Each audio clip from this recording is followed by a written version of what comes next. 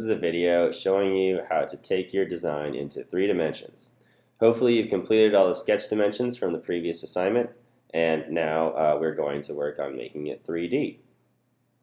Alright, the first thing to do is to make sure you've turned in your screenshot with all your dimensions and then hit Finish Sketch. Now we can see we've got a sketch on here of our shapes, but they are not currently cut into our design.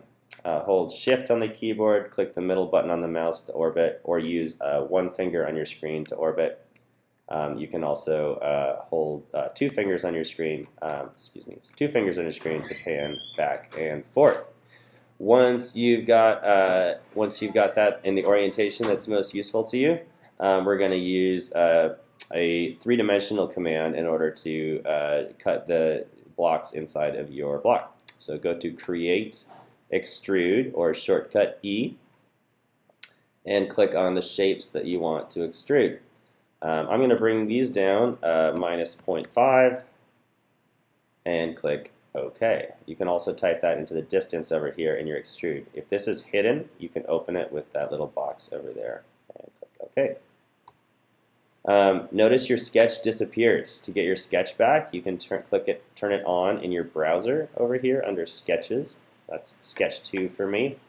And again, shortcut E for extrude, or Create Extrude. And we can click on the other shapes. I want the pencil holes to be a little deeper, so I'm going to grab all those.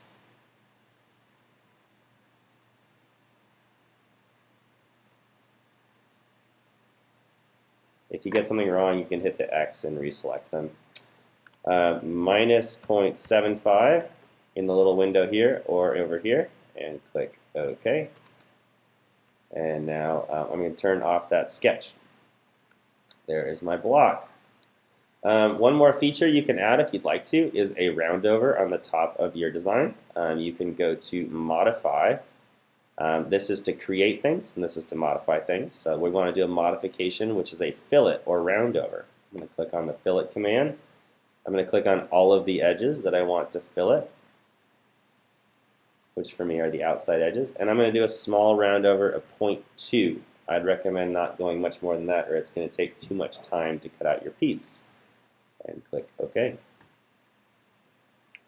Alright, when that is done, you are ready for the next step, which is the machining step of the process. You don't need to turn in a screenshot of this one.